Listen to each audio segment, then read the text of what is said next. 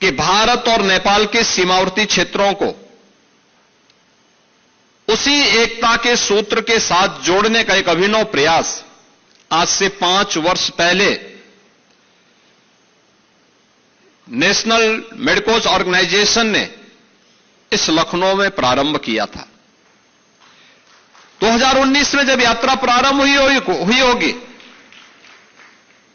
उस समय एक उत्साह था, लोगों में एक उमंग था कि कैसे होगा, जानने की एक उत्सुकता थी।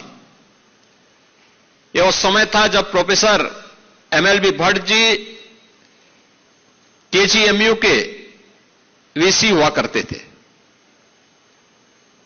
KGMU देश का सबसे बड़ा चिकित्सा संस्थान है और उस समय मैंने भी उनको इस बारे में कहा था कि हमें बलरामपुर सरदेव अटल बिहारी वाजपेयी जी की कर्मभूमि रही है, प्रारंभिक कर्मभूमि रही है और एक वहां के लोगों के मन में अटल जी के प्रति एक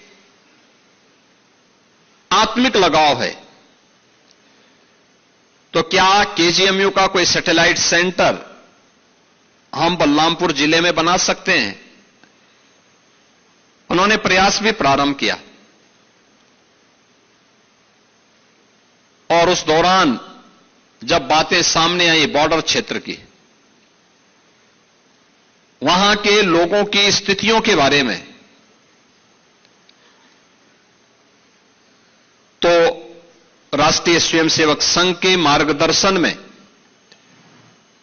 NMO ने इस यात्रा को महाराजगंज से लखीमपुर तक के इस विस्तृत भूभाग में निकालने का निर्णय लिया। यह वह क्षेत्र है जहां सीमावर्ती क्षेत्र में सीमा के प्रहरी के रूप में थारू जनजाति निवास करती है। थारू जनजाति दोनों ओर है, भारत में भी है और नेपाल की ओर भी है। साथ साथ एक तरफ उनकी गरीबी और बदहाली एक चुनौती और दूसरी तरफ वहां पर बढ़ रहे कुछ नौधनाढ्य, यह भी अपने आप में एक चुनौती है, राष्ट्रीय सुरक्षा के लिए गंभीर चुनौती। बनटांगिया, आप आश्चर्य करेंगे, इस समाज के दबे कुचले वे लोग हैं जिन्हें कभी ब्रिटिश कालखंड में 1905 से लेकर के 1920 के बीच में इन्हें तराई के क्षेत्र में, महाराजगंज में, सिद्धार्थनगर में, बलरामपुर में, गोंडा में, बहराइच में, लखीमपुर खीरी में, गोरखपुर में और अन्य जनपदों में तराई के क्षेत्र में जंगल लगाने के लिए ब्रिटिशर ने उन्हें वहां बसाया और कहा कि तुम जंगल लगाओ, इसकी सुरक्षा करो, तुम्हें कोई मानदेय नहीं मिलेगा, लेकिन इतनी लैंड तुम्हें वहां पे खेतीबाड़ी करने के लिए देंगे।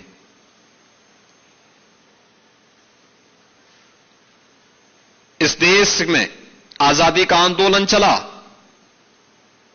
ब्रिटिश इस देश को छोड़ने के लिए मजबूर हुए। 1947 में उन्होंने देश को आजादी मिली,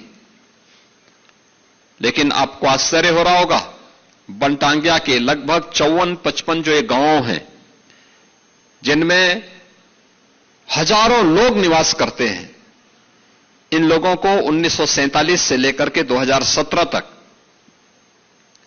जब तक भारतीय जनता पार्टी की सरकार प्रदेश में नहीं बन गई, तब तक कोई भी अधिकार नहीं प्राप्त हुए थे। न वोटिंग राइट थी, न राशन कार्ड था, न वहां की कनेक्टिविटी थी, न वहां पर कोई सुविधा वहां प्राप्त हो रही थी।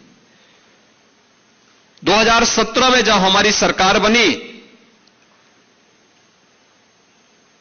तो हम लोगों ने उनके बारे में सोचना प्रारंभ किया, अन्यथा उससे पहले वन विभाग के लोग उनका शोषण करते थे, पुलिस के लोग भी उनका शोषण करते थे और उनके बीच में धीरे धीरे करके कुछ मशीनरी से जुड़े हुए लोग और कुछ वामपंथी लोग भी उनके बीच में घुस करके उनका ब्रेन वॉश करना प्रारंभ कर दिए थे। और उस दौरान जब सरकार आई, सरकार आने के बाद हम लोगों ने कहा कि नहीं, इनको सबसे पहले राजस्व गांव के रूप में मान्यता देने की आवश्यकता है, और उन्हें राजस्व गांव के रूप में मान्यता दी गई। ये सभी 54 गांव आज सभी प्रकार की सुविधाओं से आच्छादित हैं। उनके वोटिंग राइट भी दी गई उनको। उन्होंने 2019 से अपना वोट देना प्रारंभ कर दिया है।